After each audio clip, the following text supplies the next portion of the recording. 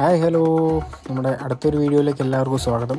അപ്പോൾ ഇന്ന് ഫാമിലിയായിട്ട് ചെറിയൊരു ഔട്ടിങ്ങിന് പോയതാണ്. ഔട്ടിങ്ങല്ല, ജസ്റ്റ് ഒന്ന് പുറത്തേക്ക് ഇറങ്ങിയതാണ്. നമ്മളെ സ്ഥിരം ലൊക്കേഷനായ വയനാട് ചുരത്തിലേക്ക് 4 വരെ ജസ്റ്റ് ഒന്ന് പോയിട്ട് വരുന്ന ഒരു വീഡിയോ ആണ്.